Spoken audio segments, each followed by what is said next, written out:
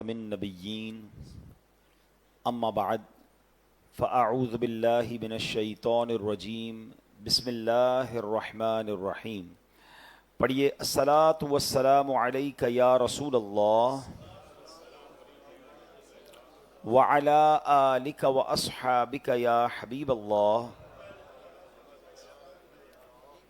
الصلاۃ والسلام علیک یا نبی اللہ وعلى آلك وأصحابك یا نور اللہ. نویت سنت الاعتکاف. پیارے پیارے اسلامی بھائیوں، جب بھی مسجد میں داخل ہوا کریں یاد کر کے اعتکاف کی نیت کر لیا کریں. ایک تو وہ سنت اعتکاف ہوتا ہے جو رمضان کے آخری عشرے کا ہوتا ہے، جو انشاءاللہ آج شام سے شروع ہو جائے گا. لیکن ایک ہوتا ہے نفلی اعتکاف جو ہم روزانہ مسجد میں آتے ہیں، جیسے ہی داخل ہوا کریں اعتکاف کی نیت کر لیں تو اس سے فائدہ یہ ہوگا کہ آپ مسجد میں جتنی دیر رہیں گے جو بھی عبادت کریں گے اس کا ثواب تو ملے گا، مگر اعتکاف کا ثواب ایکسٹرا یوں سمجھیے کہ شروع ہو جائے گا. دوسرا فائدہ یہ ہوگا کہ مسجد میں کھانا پینا، سونا، سحری یا افطار کرنا یہ جائز نہیں ہے. نارملی لوگ مسجد میں افطار بھی کرتے ہیں، بعض اوقات تراویح کے دوران ہم پانی بھی پی لیتے ہیں، تو یہ مسجد میں جائز نہیں ہے. لیکن اگر اعتکاف کی نیت کر لیں گے تو انشاءاللہ یہ سارے کام بھی جائز ہو جائیں گے. درود پاک پڑھنے کے بے شمار فضائل و برکات ہیں. سرکار دو عالم صلی اللہ تعالی علیہ وسلم کا فرمان عالی شان ہے کہ جو روزانہ مجھ پر، حدیث پاک کا مضمون ہے، روزانہ مجھ پر 1000 مرتبہ درود پاک پڑھے وہ مرے گا نہیں جب تک جنت میں اپنا ٹھکانہ نہ دیکھ لے. یعنی مرنے سے پہلے جنت میں ٹھکانہ سبحان اللہ اسے دکھا دیا جائے گا جو روزانہ 1000 مرتبہ درود پاک پڑھنے کا عادی ہوگا. آلموسٹ 40-45 منٹس لگتے ہیں 1000 بار درود پاک پڑھنے میں. الصلاۃ والسلام علیک یا رسول اللہ صلی اللہ تعالی علی محمد صلی اللہ علیہ وسلم، یہ بھی درود پاک ہے. شارٹ درود پاک پڑھیں تو 45 منٹ میں آلموسٹ ہو جاتے ہیں. اب اگر ہم روزانہ رمضان میں یہ عادت بنا لیں تو سبحان اللہ ہر درود پر وہ الگ نیکیاں ہیں کہ حدیث پاک کا مضمون ہے کہ جو ایک بار درود پاک پڑھے اس پر اللہ کی 10 رحمتیں نازل ہوتی ہیں، 10 گناہ معاف ہوتے ہیں، 10 درجے بلند ہوتے ہیں، نامہ اعمال میں 10 نیکیاں لکھ دی جاتی ہیں. تو وہ ہر درود پر وہ بھی ملتا جائے گا، اور اللہ نے چاہا تو یہ 1000 درود پاک کی فضیلت بھی مل جائے گی. تو رمضان میں اگر اس کو پریکٹس کرنا شروع کر دیں، تھوڑا سا سوشل میڈیا سے وقت ختم کریں. اور نارملی کئی لوگ ہیں جو واک کرتے ہیں یا ٹریول کرتے ہیں. ہم گھر سے آفس جاتے ہیں، آفس سے گھر آتے ہیں، یا واک کرنے کی بھی عادت ہوتی ہے. تو یہ 30-40 منٹس ہمیں روزانہ ہی مل رہے ہوتے ہیں. اگر اس ٹریول ٹائم کو، اس واکنگ ٹائم کو اگر ہم درود ٹائم بنا دیں تو ہمارے بہت سارے درود پاک ایک دن میں ہو سکتے ہیں. اور پھر آج کا دن سبحان اللہ جمعہ کا دن، اور پھر جمعہ بھی رمضان کا جمعہ نور علی نور ہو جاتا ہے سبحان اللہ. حدیث پاک کا مضمون ہے کہ جو جمعہ کے دن 200 بار درود پاک پڑھے اس کے 200 برس کے گناہ معاف کر دیے جاتے ہیں. تو جمعہ کے دن کثرت سے درود پاک پڑھنا ہے.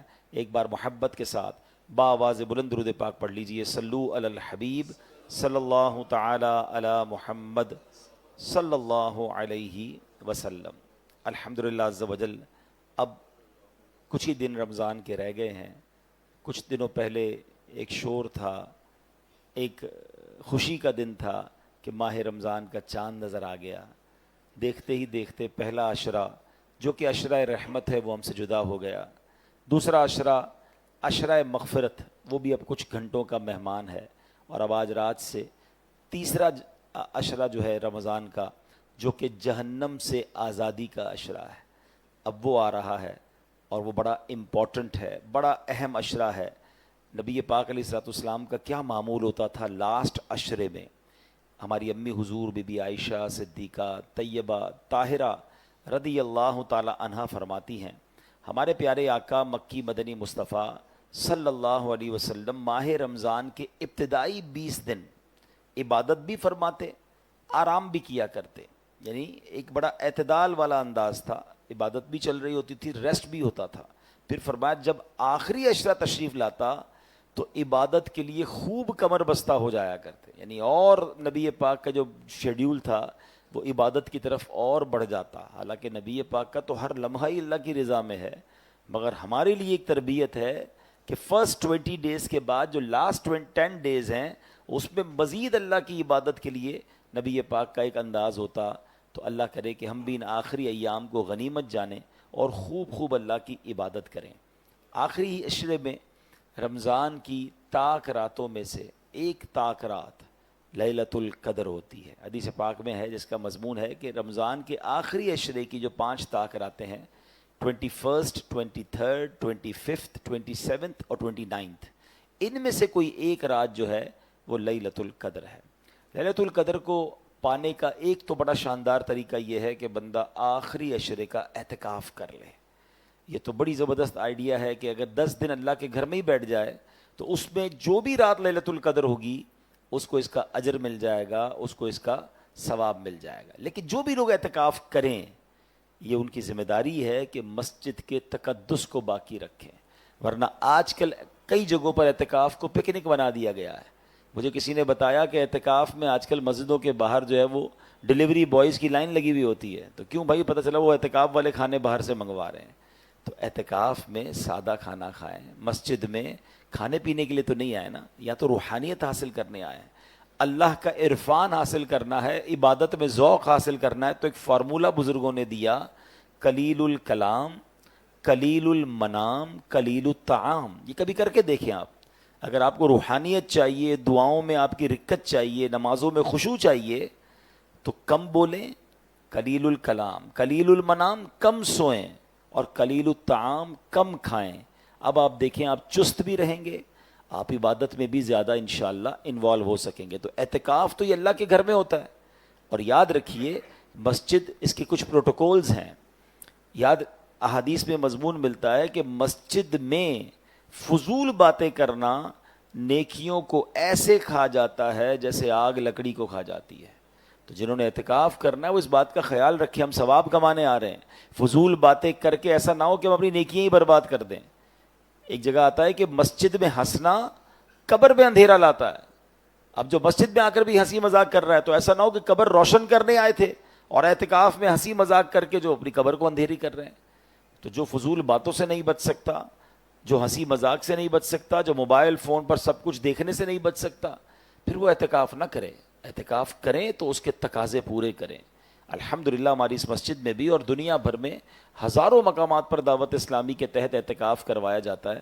اگر آپ دعوت اسلامی کے ذمہ داران کے ساتھ اعتکاف کریں گے تو اس کا فائدہ یہ ہوگا کہ وہ آپ کو 10 ڈیز پورا انوالو رکھیں گے. تربیت چلتی رہے گی، بیانات ہوں گے، ذکر و اذکار ہوں گے، نفلی عبادات ہوں گی. تو انشاءاللہ وہ وقت جو ہے وہ عبادت میں گزرے گا. اعتکاف کی فضیلتیں بہت ساری ہیں. اللہ کے حبیب علیہ الصلوۃ والسلام ارشاد فرماتے ہیں، من اعتکف ایمانا واحتسابا غفر له ما تقدم من ذنبه. جس نے ایمان کے ساتھ اور ثواب حاصل کرنے کی نیت سے اعتکاف کیا اس کے پچھلے گناہ بخش دیے جائیں گے. نبی پاک نے فرمایا جس نے رمضان شریف میں 10 دن کا اعتکاف کر لیا وہ ایسا ہے جیسے 2 حج اور 2 عمرے کیے. تو یہ بہت بڑی نیکی ہے، اللہ یہ زندگی میں عطا فرمائے. مگر اگین جو بھی آخری عشرے کا اعتکاف کریں گے انہیں ان باتوں کا خیال رکھنا ہے کہ میں اللہ کی عبادت کرنے اور مغفرت کی خیرات لینے آیا ہوں، تو مجھے مسجد کا ادب باقی رکھنا ہے. بعض اوقات کئی دوست ایک ساتھ اعتکاف میں بیٹھ جاتے ہیں تو پھر وہ جو چائے کے ہوٹل پہ ہو رہا ہوتا ہے وہی پھر مسجد میں بھی ہو رہا ہوتا ہے. تو اگر اعتکاف کرنا ہے تو کوشش کریں کہ اپنی گیدرنگ سے ہٹ کر اللہ کی عبادت کرنے کے لیے اعتکاف کریں، پھر انشاءاللہ آپ اس کی برکتیں پا سکیں گے. آج مغرب کی نماز سے پہلے اعتکاف جو آخری عشرے کا کرنے والے لوگ ہیں ان کو یاد رکھنا ہوگا کہ آج مغرب کی نماز سے یعنی غروب آفتاب سے پہلے انہوں نے اس مسجد میں داخل ہو جانا ہے جہاں انہوں نے آخری عشرے کا اعتکاف کرنا ہے. غروب آفتاب کے بعد آپ مسجد میں جائیں گے تو آپ کا اعتکاف شروع نہیں ہوگا. جیسے ہی غروب آفتاب ہوگا 20ویں شب لگے گی آپ کا اعتکاف اسٹارٹ ہو جائے گا. تو یہ بات آپ نے یاد رکھنی ہے. سبحان اللہ. اب آئیے ایک اور بات بتا دوں کہ نبی پاک علیہ الصلوۃ والسلام نے فرمایا جو اللہ پاک کی رضا و خوشنودی کے لیے 1 دن کا اعتکاف کرے گا اللہ پاک اس کے اور جہنم کے درمیان 3 خندقیں حائل کر دے گا. ہر خندق کی جو مسافت ہے یعنی دوری مشرق و مغرب کے فاصلے سے بھی زیادہ ہے، یعنی جہنم سے اتنا دور اسے کر دیا جائے گا جو ایک دن کا بھی اعتکاف کر لے۔ تو اگر کوئی 10 دن کا اعتکاف نہیں بھی کر سکتا تو یہ بھی ہم نے معمول دیکھا ہے کہ آخری 3 دن کا کچھ لوگ اعتکاف کر لیتے ہیں 27ویں شب سے، 27، 28، 29، یہ بھی اچھی بات ہے، ورنہ ایک دن کا بھی اعتکاف کیا جا سکتا ہے۔ تو انشاءاللہ ہماری اس مسجد میں بھی اعتکاف ہو رہا ہوگا دعوت اسلامی کے تحت۔ جیسے میں نے بتایا، جو میرے پاس 2 دن پہلے فگرز آئے ہیں، آپ کو جان کر بھی خوشی ہوگی کہ صرف پاکستان میں 14,400 سے زیادہ مسجدوں میں دعوت اسلامی کے تحت اعتکاف کروایا جا رہا ہے۔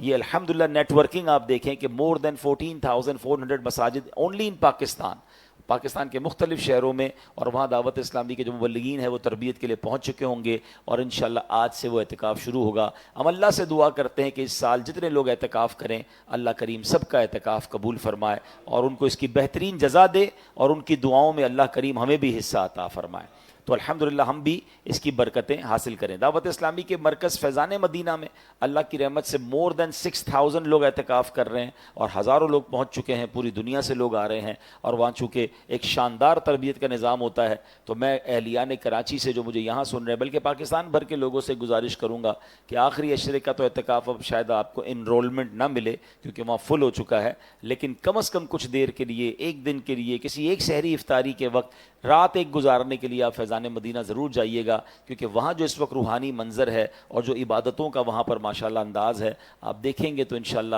آپ کی روحانیت بھی بڑھے گی۔ خاص طور پہ انشاءاللہ طاق راتوں میں ہو سکے تو کوئی وہاں ضرور وزٹ کیجیے گا۔ اللہ پاک ہم سب کو آخری عشرے کی برکتیں نصیب فرمائے۔ ایک اور عظیم موضوع جس پر انشاءاللہ میں نے ذکر آج کرنا ہے، اور وہ الحمدللہ جو آج رات ہے وہ 21ویں شب ہے، یہ ماہ رمضان کی طاق رات بھی ہے، اور 21 رمضان ہمیں ایک اور عظیم ہستی کا یاد دلاتا ہے، اور وہ ہیں مولائے کائنات شیر خدا، مسلمانوں کے چوتھے خلیفہ، امیر المؤمنین، خلیفۃ المسلمین، فاتح خیبر، باب مدینۃ العلم، حضرت علی المرتضیٰ مولا علی شیر خدا کرم اللہ تعالی وجہ الکریم کا یوم شہادت ہے 21 رمضان۔ علی المرتضیٰ شیر خدا ہیں کہ ان سے خوش حبیب کبریا ہیں۔ نبی پاک علیہ الصلوۃ والسلام کی ایک حدیث ہے، مولا علی کی شان دیکھیں ہیں، ان کی عبادتیں، ان کا ذکر اپنی جگہ۔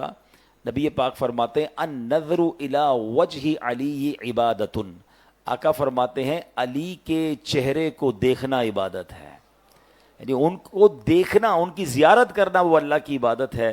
اللہ اکبر، یہ مولا علی کو خصوصی فضیلت حاصل ہوئی ہے۔ ایک بار حضرت ابوبکر صدیق رضی اللہ عنہ کو دیکھا گیا کہ آپ کی عادت تھی کہ آپ مولا علی کو جب بھی دیکھتے ٹک ٹکی باندھ کر دیکھتے، حالانکہ مسلمانوں کے پہلے خلیفہ ہیں سیدنا ابوبکر صدیق، مگر آپس میں پیار کا بھی عالم یہ تھا، اور مولا علی کو جب بھی دیکھتے ٹک ٹکی باندھ کر دیکھتے۔ تو کسی نے پوچھا کہ یہ اس طرح آپ کیوں ان کا دیدار کرتے ہیں؟ تو فرمایا میں نے اپنے آقا سے سنا ہے کہ بے شک علی کے چہرے کو دیکھنا عبادت ہے۔ تو مولا علی کو صحابہ نے دیکھا، تابعین نے دیکھا، یہ تو ان کو شرف حاصل ہوا۔ ہم جمعے کے دن اللہ سے یہ تو دعا کر سکتے ہیں کہ اللہ کریم ہمیں خواب میں شیر خدا کا دیدار نصیب فرمائے۔ اچھا، اب ایک بڑی خوبصورت قرآن پاک کی آیت ہے، کیونکہ ہم ہر جمعے کو جب بیان کرتے ہیں تو قرآن پاک کی کچھ آیتوں کو ڈیفائن کرتے ہیں اور ان آیتوں سے میسج ایکسٹریکٹ کرنے کی کوشش کرتے ہیں۔ اللہ کریم قرآن مجید میں ارشاد فرماتا ہے، پارہ نمبر 6 ہے سورہ مائدہ، آیت نمبر 55، بسم اللہ الرحمن الرحیم، انما ولیکم اللہ ورسولہ والذین آمنوا الذین یقیمون الصلاة ویؤتون الزکاة وہم راکعون۔ ترجمہ اس کا کیا ہے؟ تمہارے دوست صرف اللہ اور اس کا رسول اور ایمان والے ہیں جو نماز قائم کرتے ہیں اور زکوٰۃ دیتے ہیں اور اللہ کے حضور جھکے ہوئے ہیں۔ اب اس آیت کی تفسیر میں یہ بتایا گیا کہ یہ آیت الحمدللہ شیر خدا مولا علی کرم اللہ تعالی وجہ الکریم کی شان کا بیان ہے، یہ آپ کی شان میں نازل ہوئی ہے۔ یعنی کیسی ہستیاں ہیں کہ جن کے انداز کو بیان کرنے کے لیے، جن کی شان کو بیان کرنے کے لیے قرآن پاک کی آیتیں نازل ہوتی ہیں۔ اب واقعہ کیا تھا کہ آپ ایک بار نوافل ادا فرما رہے تھے، مولا علی نفل ادا فرما رہے تھے، اتنے میں ایک محتاج شخص آیا اور وہ آپ کی کچھ مدد چاہتا تھا۔ تو مولا علی شیر خدا نے اپنے ہاتھ کی چھوٹی انگلی میں ایک رنگ پہنی ہوئی تھی، ایک انگوٹھی پہنی ہوئی تھی، آپ نماز کی حالت میں تھے، تو اب جب حالت رکوع میں گئے نا تو آپ نے اس وقت سوالی کو اشارہ کیا تو اس نے مولا علی کی انگوٹھی اپنے ہاتھ سے نکال لی، یعنی نماز کے دوران ہی اشارے کے ذریعے آپ نے اس محتاج کی مدد کی، اچھا نبی پاک علیہ الصلوۃ والسلام یہ منظر دیکھ رہے تھے کہ مولا علی نماز پڑھ رہے ہیں, ایک محتاج آیا اور آپ نے دوران رکوع ہی اپنے اشارے سے اپنی انگوٹھی اسے صدقہ کر دی. اللہ اکبر. نبی پاک اس انداز سخاوت سے اتنا خوش ہوئے کہ پیارے آقا علیہ الصلوۃ والسلام نے اللہ کی بارگاہ میں دعا کی کہ اے اللہ, جس طرح حضرت موسیٰ علیہ الصلوۃ والسلام نے دعا کی تھی کہ ان کے بھائی ہارون کو ان کا وزیر بنا دیا جائے, اے اللہ پاک میں تجھ سے دعا کرتا ہوں کہ میرے اہل بیت میں میرے علی کو میرا وزیر بنا دے. کیا خوبصورت انداز ہے. اچھا حضرت ابو ذر غفاری رضی اللہ عنہ فرماتے ہیں کہ خدا کی قسم ابھی سرکار دو عالم علیہ الصلوۃ والسلام کے الفاظ پورے بھی نہیں ہوئے تھے کہ حضرت جبرائیل وحی لے کر حاضر ہوئے اور اس وقت یہ آیت کریمہ نازل ہوئے. اب دوبارہ آیت سنیے, واقعہ سن لیا نا, سینیریو سمجھ آ گیا کہ کیا ہوا تھا. یہ کیسی سخاوت تھی جو رکوع کے دوران کر دی گئی, انتظار نہیں کیا گیا. تو اللہ نے قرآن کی آیت نازل فرمائی, فرمایا انما ولیکم اللہ ورسولہ والذین آمنوا, اور تمہارے دوست صرف اللہ اور اس کا رسول اور ایمان والے ہیں. وہ کون سے ایمان والے؟ الذین یقیمون الصلاۃ ویؤتون الزکاۃ وہم راکعون. فرمایا جو نماز قائم کرتے ہیں اور زکوٰۃ دیتے ہیں اور اللہ کے حضور جھکے ہوئے ہیں. سبحان اللہ. تو اے میرے پیارے اسلامی بھائیوں, ہاں اب یہاں ایک شرعی مسئلہ سمجھ لیں کہ نماز کے اندر کوئی ایسا کام کرنا جس کو عمل کثیر کہا جاتا ہے, اس سے نماز فاسد ہو جاتی ہے. یعنی کوئی ایسا کام بندہ کرے کہ دور سے دیکھنے والا سمجھے یہ نماز نہیں پڑھ رہا, تو اس کو عمل کثیر کہتے ہیں, ٹھیک ہے نا. اور ایک عمل قلیل یہ ہوتا ہے کہ بالکل ہلکا سا آپ کو یوں سمجھے کہ کھجلی کی ضرورت پڑی ہے, آپ کو کہیں ضرورت ہے ٹچ کرنے کی, تو آپ نماز کے دوران ایک ہاتھ سے کر رہے ہیں تو کوئی دور سے دیکھنے والا سمجھ جائے گا کہ یہ نماز میں ہے, نماز سے باہر نہیں ہے. اس کو عمل قلیل کہتے ہیں. تو مولا علی نے جو انگوٹھی صدقہ کی تھی یہ عمل قلیل کے ذریعے کی تھی تاکہ کسی کو کوئی یہ مسکنسپشن نہ ہو جائے. خیر مولا علی سے زیادہ علم کون جانتا ہے, وہ تو نبی پاک فرماتے ہیں میں علم کا شہر ہوں اور علی اس کا دروازہ ہے. سبحان اللہ. اچھا مولا علی کے بارے میں جو یہ ارشاد ہوا نا, آپ کو ولی بھی کہا گیا. قرآن کہہ رہا ہے انما ولیکم, اور تمہارے دوست صرف. سبحان اللہ. لفظ ولی کے کئی معنی ہیں مگر علماء کرام فرماتے ہیں اس آیت میں لفظ ولی کے 2 معنی مراد لیے جا سکتے ہیں. نمبر 1 مددگار, نمبر 2 محبوب, پیارا دوست. سبحان اللہ. آیت کریمہ کا معنی کیا ہوگا؟ اے ایمان والو, اللہ پاک, اس کے پیارے رسول علیہ الصلوۃ والسلام اور نماز قائم کرنے والے, زکوٰۃ دینے والے, رکوع کرنے والے, سیرت اور کامل مسلمان, بالخصوص حضرت مولا علی تمہارے محبوب بھی ہیں, تمہارے مددگار بھی ہیں. یہ قرآن کی آیت سے ہمیں سب ثابت ہو رہا ہے. اب آئیے مولا علی کی سیرت کا ایک شاندار واقعہ. آپ انصاف بھی کرتے تھے تو کس انداز سے کرتے تھے اور آپ کا یہ معاملہ کیسا تھا؟ اب ذرا اس کو سمجھیے گا. مولا علی کے دور خلافت کی بات ہے. ایک حبشی غلام تھا جو مولا علی سے بے پناہ محبت کیا کرتا تھا. شامت اعمال اس کی یہ آئی کہ اس نے ایک بار چوری کر لی. اب ذرا غور کیجئے گا, آپ کا غلام بھی ہے, ویری کلوز ٹو ہم, پیار بھی بڑی, محبت بھی بڑی کرتا ہے, مگر غلطی ہو گئی, اس سے چوری ہو گئی. اب مولا علی تو مولا علی ہیں, دربار خلافت میں جب پیش کیا گیا تو غلام اگرچہ غلطی کر بیٹھا تھا, غلطی پر وہ اڑا بھی نہیں, چپ چاپ اس نے جرم کا اقرار کیا. اب مولا علی تو شریعت کو نافذ کرنے والے تھے نا. ہمارے یہاں تو قانون کے تقاضے اور ہیں, اپنوں کے لیے اور ہیں, غیروں کے لیے اور ہیں, امیروں کے لیے ہمارے وطن میں قانون بعض اوقات اور نافذ ہو جاتا ہے, غریبوں کے لیے اور ہو جاتا ہے. یہ اسلام نہیں ہے. اسلام سب کے لیے برابری کا حکم دیتا ہے. اللہ کرے کہ یہ مساوات اور یہ جسٹیفیکیشن جو ہے ہمارے یہاں بھی آئے کہ جو قانون ہے اس پر پراپر غریب امیر سب کے لیے ایک ہو. مولا علی کا خاص غلام, آپ سے محبت کرنے والا, ہو گئی چوری, اور جب پوچھا گیا تو کہا ہاں میں نے غلطی کر لی ہے, ہو گئی مجھ سے غلطی. تو مولا علی شیر خدا نے حکم دیا کہ اس کے ہاتھ کاٹ دیے جائیں. ہاتھ کاٹ دیے گئے. اب سنیے گا, اب وہ غلام کٹے ہوئے ہاتھ کے ساتھ واپس جا رہا ہے. اچھا یہ واقعہ تفسیر کبیر میں موجود ہے, یاد رکھیے گا, تفسیر قرآن کے ضمن میں یہ واقعہ لکھا ہوا ہے. وہ ہاتھ اس کا کاٹ دیا گیا. جب وہ ہاتھ کٹوا کر غلام واپس جا رہا ہے, کٹا ہوا ہاتھ بھی ساتھ ہے اس کے, ٹھیک ہے نا. اب تکلیف کا عالم سوچیں, شرمندگی کا عالم سوچیں, ساری دنیا کو پتہ چل جائے گا کہ ہاتھ کٹا ہوا, اٹ مینز چوری کی ہے. سلمان فارسی رضی اللہ عنہ راستے میں مل گئے, اور ابن قوا رحمۃ اللہ تعالی, 2 بزرگ تھے. تو انہوں نے پوچھا کہ تمہارا ہاتھ کس نے کاٹ دیا؟ تو بڑے ادب سے کہتا ہے امیر المومنین یعصوب المسلمین, یعنی مسلمانوں کے رئیس اعظم مولا علی شیر خدا نے ان کے حکم سے میرا ہاتھ کٹایا. تو غلام نے جب اتنے ادب سے نام لیا تو بزرگ نے پوچھا کمال کی بات ہے, تمہارا ہاتھ کاٹ دیا ہے اور تم اتنا ادب کر رہے ہو ان کا, اتنی رسپیکٹ, یہ ہے انصاف. جب سب کے لیے انصاف ہونا تو پھر غصہ نہیں آتا. اب سنو وہ غلام کیا کہتا ہے.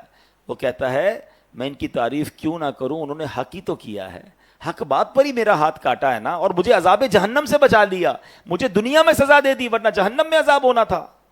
سیدنا سلمان فارسی نے جب یہ باتیں سنی تو سارا ماجرا مولا علی کو جا کر عرض کیا کہ حضور آپ کا غلام تو کمال ہے, آپ نے اس کا ہاتھ کٹوا دیا, وہ باہر جا کر بھی آپ کو دعائیں دے رہا ہے, وہ باہر جا کر بھی آپ کو اتنے زبردست الفاظ میں یاد کر رہا ہے, سبحان اللہ. تو مولا علی شیر خدا نے پھر اس کو بلوایا, اس کا کٹا ہوا ہاتھ بھی ساتھ تھا. اللہ اکبر, آپ اللہ کی عطا سے ولایت کے اس مرتبے پر فائز ہیں. علماء کہتے ہیں آج بھی کسی کو ولایت ملتی ہے تو مولا علی کے در سے ملتی ہے. اب مولا علی نے کیا کیا, اس کٹے ہوئے بازو کو جوڑ دیا, اس کے اوپر اپنا رومال ڈالا, کچھ پڑھنا شروع کیا, اور جب کپڑا ہٹایا تو غلام کا ہاتھ بھی جڑا ہوا ہے, اور ایسا جڑا ہے جیسے کبھی کٹا ہی نہیں ہے.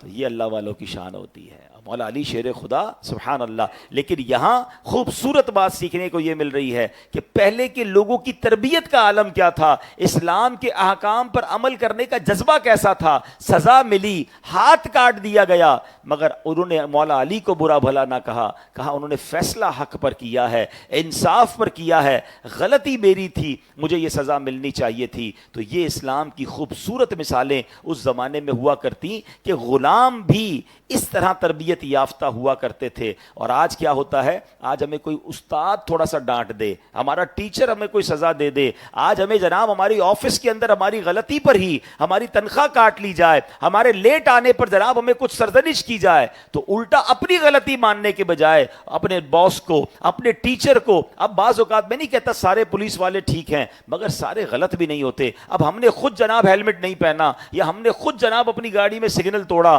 یا ہم نے وہ قانون توڑا جو نہیں توڑنا چاہیے تھا, اب ہمیں روک کر کوئی چالان کرتا ہے, یا ہمیں جناب اس کی کوئی پنشمنٹ ہوتی ہے, تو اب جناب اپنی غلطی ماننے کی بجائے جس نے پنش کیا اس کو برا بھلا کہہ رہے ہوتے ہیں. تو یہ طریقہ درست نہیں ہے. اور یاد رکھیے, جب تک ہم اپنی غلطی نہیں مانیں گے نا, ہماری عادت بہتر نہیں ہوگی. ہم قانون کو ہی برا بھلا کہتے رہتے ہیں. اچھا, ہمارے یہاں لوگ کہتے ہیں سبھی تو توڑ رہے ہیں سگنل, سبھی تو غلط کام کر رہے ہیں. اگر یہی کرنا ہے تو پھر معاملہ کیسے ٹھیک ہوگا. آپ میں سے بہت سارے لوگ انٹرنیشنل ٹریول کرتے ہیں, ارے 1.5-2 گھنٹے کے بعد ملک بدل جاتا ہے, ادھر جائیں تو سارا انداز ہی بدل جاتا ہے. رات 3 بجے بھی لوگ سگنل پر کھڑے ہیں, کیوں کھڑے ہیں کہ کیمرہ دیکھ رہا ہے. ویسے میں آپ کو ایک اور بات بتاؤں کہ جتنا ہم بیرون ملک میں جا کے قانون کی پاسداری کرتے ہیں نا, کہ کوئی دیکھے نہ دیکھے, کیمرہ دیکھ رہا ہے, جناب ہم نے روڈ کراس دیکھ کے کرنا ہے, ہم نے سگنل کو دیکھ کے کراس کرنا ہے, اسپیڈ لمٹ پہ غور کرنا ہے, کیمرے لگے ہوئے ہیں.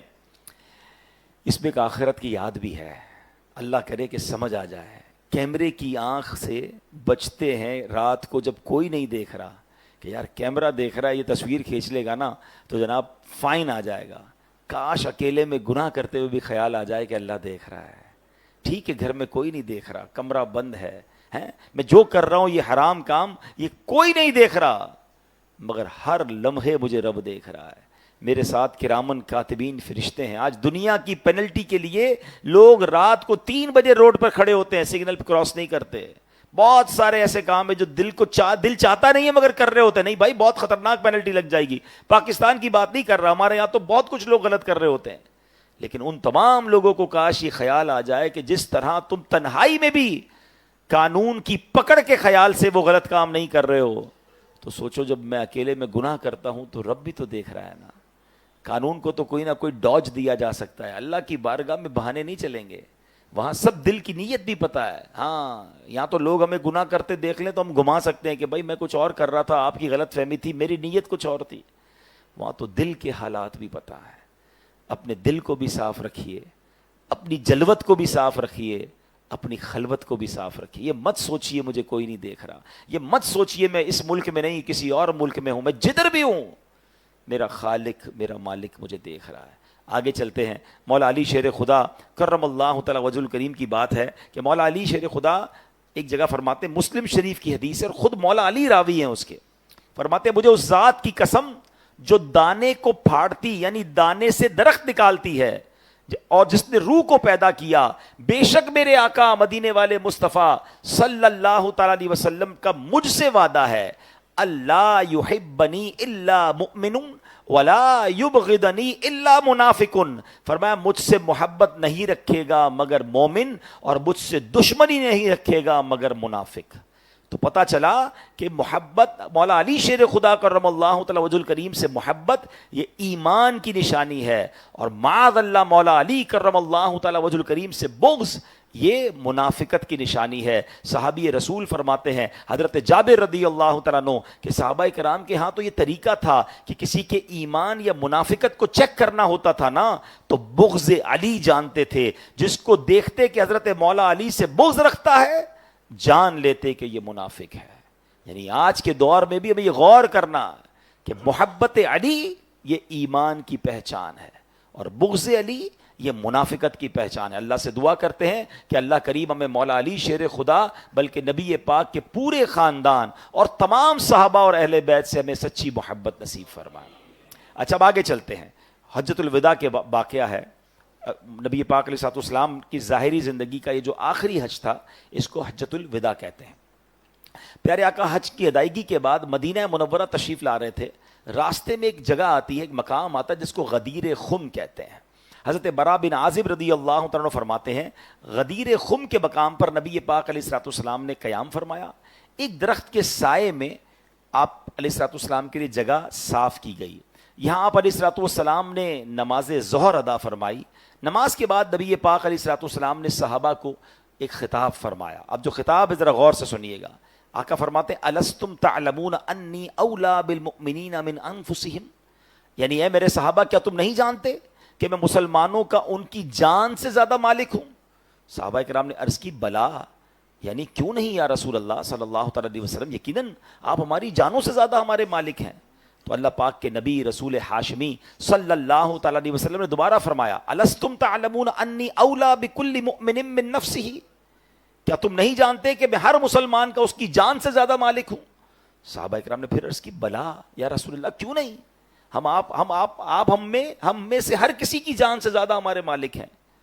اب مالک و مختار نبی رسول ہاشمی صلی اللہ علیہ وسلم نے حسنین کریمین کے بابا جان حضرت مولا علی شیر خدا کرم اللہ تعالی وجہ الکریم کا مبارک ہاتھ اپنے ہاتھ میں لیا اور فرمایا من کنت مولاہ فعلی مولا، جس کا میں مولا ہوں اس کے علی مولا ہے۔ پھر آپ علیہ الصلوۃ والسلام نے دعا کی اللہم والی اللہم والی من والاہ وعادی من عادہ، اے اللہ پاک جو علی سے محبت کرے تو اس سے محبت فرما، جو علی سے دشمنی رکھے تو اس سے دشمنی فرما۔ یہ صاف صاف اعلان نبی پاک علیہ الصلوۃ والسلام نے غدیر خم کے موقع پر فرمایا، جس کا میں مولا اس کے علی مولا ہے، جو علی سے محبت کرے مولا تو ان سے محبت فرما، اور جو ان سے دشمنی رکھے میرے کریم مولا تو ان سے دشمنی فرما۔ شاعر لکھتے ہیں نا جس کسی کا میں ہوں مولا اس کے مولا ہے علی، جس کسی کا میں ہوں مولا اس کے مولا ہے علی، ہے یہ قول مصطفیٰ مولا علی مشکل کشا۔ سبحان اللہ۔ حکیم الامت مفتی احمد یار خان نعیمی رحمۃ اللہ تعالی علیہ فرماتے ہیں یہاں ولی یعنی مولا کا معنی خلیفہ نہیں بلکہ اس کا معنی دوست یا مددگار ہے، یعنی ہمارے آقا علیہ الصلوۃ والسلام کے اس فرمان کا مطلب یہ بنتا ہے کہ جس کا میں محبوب اور مددگار ہوں اس کے علی بھی دوست ہیں، محبوب بھی ہیں، مددگار بھی ہیں۔ تو اے میرے پیارے اسلامی بھائیوں، مولا علی کہنا کچھ لوگوں کو کنفیوژن ہو جاتی ہے کہ یار یہ مولا علی کیوں کہہ رہے ہیں؟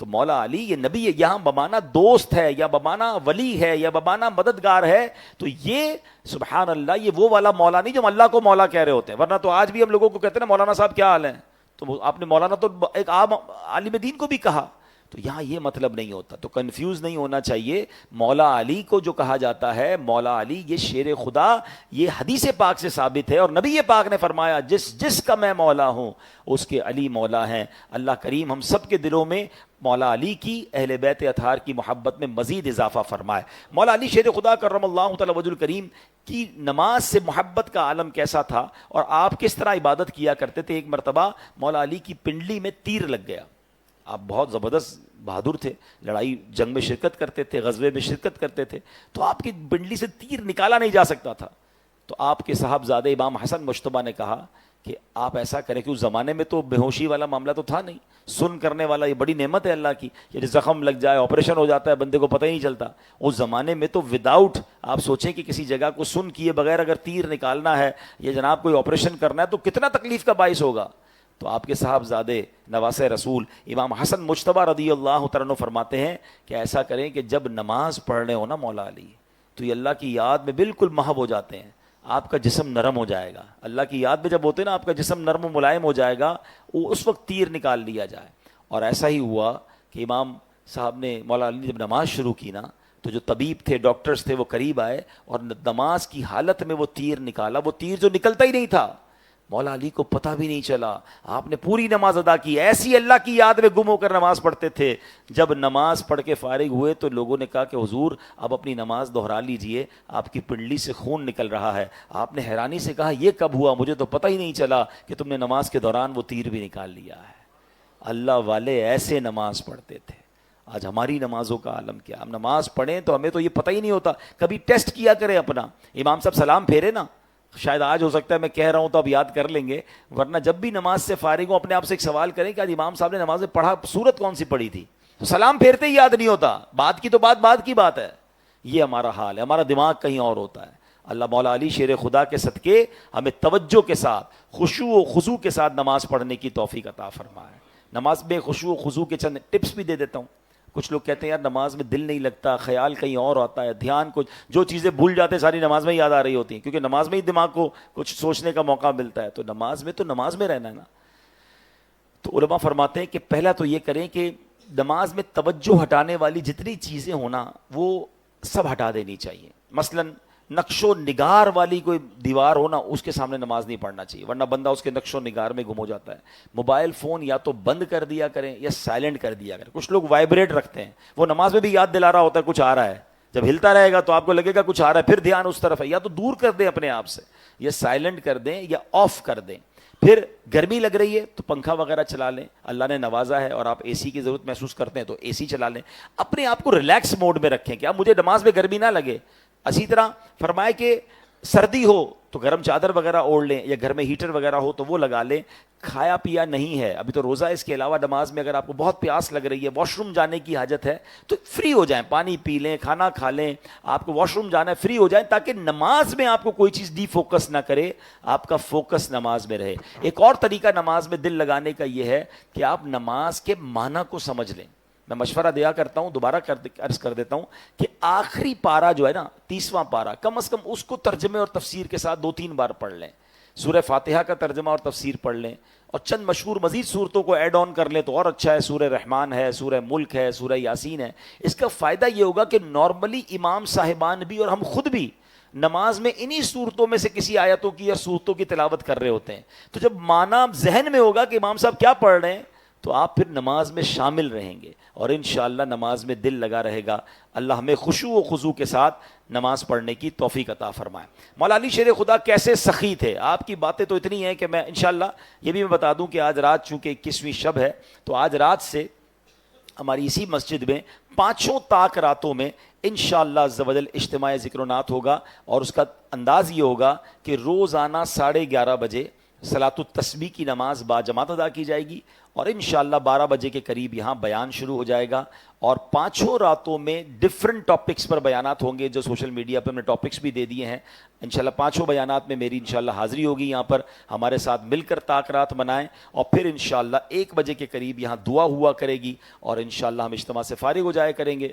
تو بہرحال آج رات بھی آپ آئیں تو مولا علی کی باتیں بھی ہوں گی اور آج رات انشاءاللہ لیلۃ القدر کی بھی جو فضیلتیں ہیں وہ بھی انشاءاللہ تفصیل سے بیان کریں گے. تو مولا علی کی سخاوت کا عالم کیا تھا کہ ایک مرتبہ مولا علی کے پاس 4 درہم تھے. آپ نے 4 درہم اللہ کی راہ میں صدقہ کیے. اس کا انداز یوں اپنایا کہ 1 درہم دن کے وقت میں صدقہ کیا، 1 رات کے وقت میں کیا، 1 درہم چھپا کے صدقہ کیا، 1 درہم لوگوں کے سامنے صدقہ کیا. یعنی صدقہ کرنے کے جتنے انداز بن سکتے تھے نا آپ نے وہ سارے انداز اپنائے.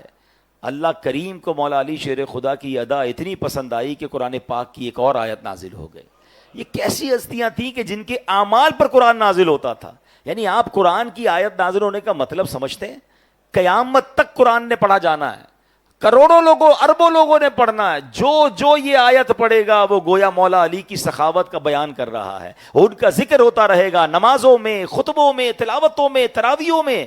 جس کی شان اور جس کے بارے میں قرآن میں ذکر ہو گیا, اللہ اکبر, ان کے مرتبوں کا عالم کیا ہوگا. قرآن میں کیا فرمایا, الذین ينفقون اموالهم باللیل والنہار سرا وعلانیۃ فلہم اجرہم عند ربہم ولا خوف علیہم ولا ہم یحزنون.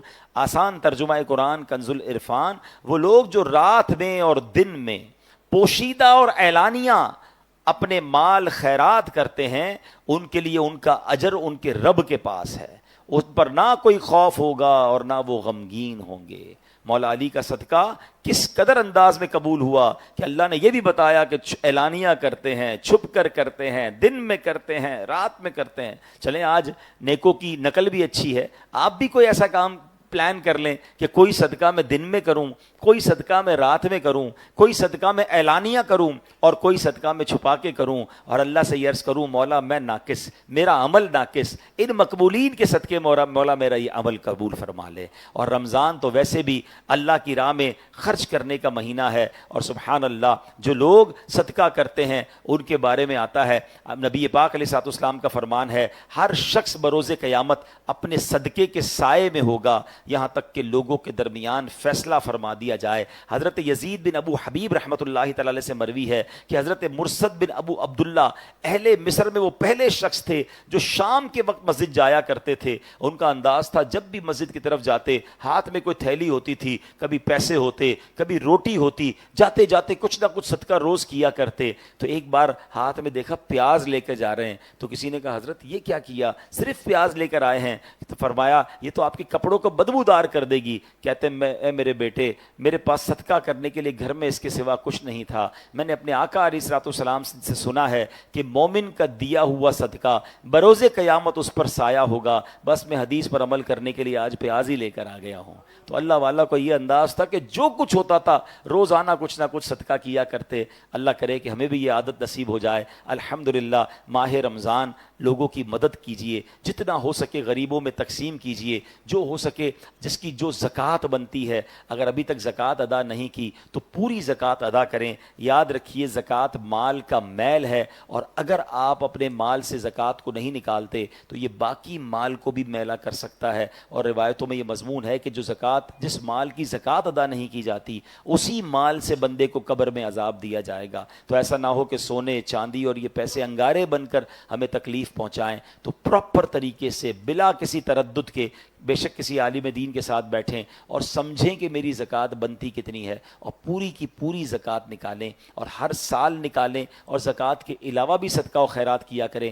زکوٰۃ دیتے وقت سب سے پہلا حق آپ کے اپنے غریب رشتہ داروں کا ہے. آپ نے اپنے غریب ملازمین کو دیکھیں اور ان کو ضرور ان کی سپورٹ کریں تاکہ مسلمانوں کی تکلیف دور ہو. اور اس کے بعد میری گزارش ہے کہ دعوت اسلامی جو دنیا کے 150 سے زائد ممالک میں دین متین کی خدمت کر رہی ہے اس کا ساتھ دیں, اور اپنی زکوٰۃ میں, اپنے ڈونیشن میں اس کا بھی حصہ دیں. دعوت اسلامی DHA میں کتنے بڑے پیمانے پر کام کر رہی ہے. جو اس مسجد کے پراپر نمازی ہیں انہیں پتہ ہے ماشاءاللہ 2 جمعے یہاں ہوتے ہیں, اور دونوں جمعوں میں ماشاءاللہ پبلک اب روڈ پہ ہوتی ہے. اور اب آہستہ آہستہ ڈیفنس کے تقریباً ہر فیز میں دعوت اسلامی کا مرکز جو ہے وہ بنتا چلا جا رہا ہے. اللہ اس میں اور ترقیاں عطا فرمائے. آج ہماری ہماری جو مسجد کی کمیٹی ہے انہوں نے بتایا کہ ہماری اس مسجد کا جو سالانہ خرچ ہے وہ تقریباً 70 لاکھ روپے ہے. ایئرلی اس مسجد پر 70 لاکھ روپے خرچ ہوتے ہیں. آپ کے سامنے یہاں پروگرامز ہوتے ہیں, اس کی یوٹیلیٹی بلز ہیں, اور ایوریج بنائیں تو تقریباً 6 لاکھ روپے مہینہ یہ بنتا ہے. تو میں یہ بھی چاہوں گا جو ماشاءاللہ اس مسجد میں آتے ہیں, فیضیاب ہوتے ہیں, اللہ نے آپ کو نوازا ہے, آپ اس مسجد کے ممبر بن جائیں, ماہانہ کچھ اپنا سسٹم طے کر لیں. ماشاءاللہ مسجد کمیٹی کے لوگ یہاں موجود ہیں, باہر بھی انشاءاللہ کھڑے ہوں گے. رمضان میں یا تو اتنا ڈونیشن دے دیں کہ پورے سال مسجد کو کسی قسم کی اس حوالے سے ڈونیشن کی ضرورت نہ پڑے. تو میں امید کرتا ہوں کہ اللہ کے گھر کی آپ اس حوالے سے مدد کریں گے. حدیث پاک میں آتا ہے جس کا مضمون ہے جو اللہ کی رضا کے لیے اللہ کا گھر بناتا ہے, مسجد بناتا ہے, اللہ اس کے لیے جنت میں گھر بناتا ہے. تو یہ جنت کا گھر ہے, اس میں اپنا تعاون, جس طرح اپنے گھر کی فکر کرتے ہیں کہ میرے گھر کا منتھلی بجٹ اتنا ہے, تو ہماری اس مسجد کا منتھلی بجٹ 6 لاکھ تقریباً بنتا ہے, سال کے 70 لاکھ بنتا ہے. تو اس میں اپنا ڈونیشن جو ہے وہ دیا کریں. اور جس طرح میں نے زکوٰۃ کی عرض کی, زکوٰۃ بھی دیں. جمعے کے دن کی ایک نیکی 70 نیکیوں کے برابر ہے. آپ اپنا فطرہ بھی چاہیں تو ابھی ادا کر سکتے ہیں, اپنے تمام گھر والوں کا فطرہ ادا کرنا ہے. عید کی نماز سے پہلے ادا کرنا سنت ہے. جب چاہیں جمعے کو کریں گے تو وہ بھی ملٹی پلائی بائی 70 ہو جائے گا. ہاں میں یہاں یہ ضرور عرض کروں گا کہ جن کو اللہ نے نوازا ہے وہ بہترین فطرہ ادا کریں. فطرے میں 4 قسم ہیں, کھجور, کشمش, جو اور گندم. اللہ نے اگر مجھے لاکھوں سے اچھا بنایا ہے تو پھر مناسب بھی یہی ہے کہ میں ٹاپ آف دا کیٹیگری فطرہ دوں, اور یہ شکرانہ میں دوں کہ یا اللہ تو نے مجھے لاکھوں سے اچھی زندگی دی ہے تو میں تیری راہ میں خرچ بھی بہترین کروں گا. اللہ کریم اپنی راہ میں دل کھول کر ہمیں خرچ کرنے کی توفیق عطا فرمائے. آمین بجاہ النبی الامین صلی اللہ تعالیٰ علیہ وسلم. ویڈیو دیکھنے کا شکریہ. اگر آپ چینل پر نئے ہیں تو سبسکرائب کر لیں اور ساتھ ہی ساتھ بیل آئیکن پر بھی کلک کر دیں تاکہ یوٹیوب ہماری ہر ویڈیو کا نوٹیفیکیشن سب سے پہلے آپ کو بھیج دے. جزاک اللہ.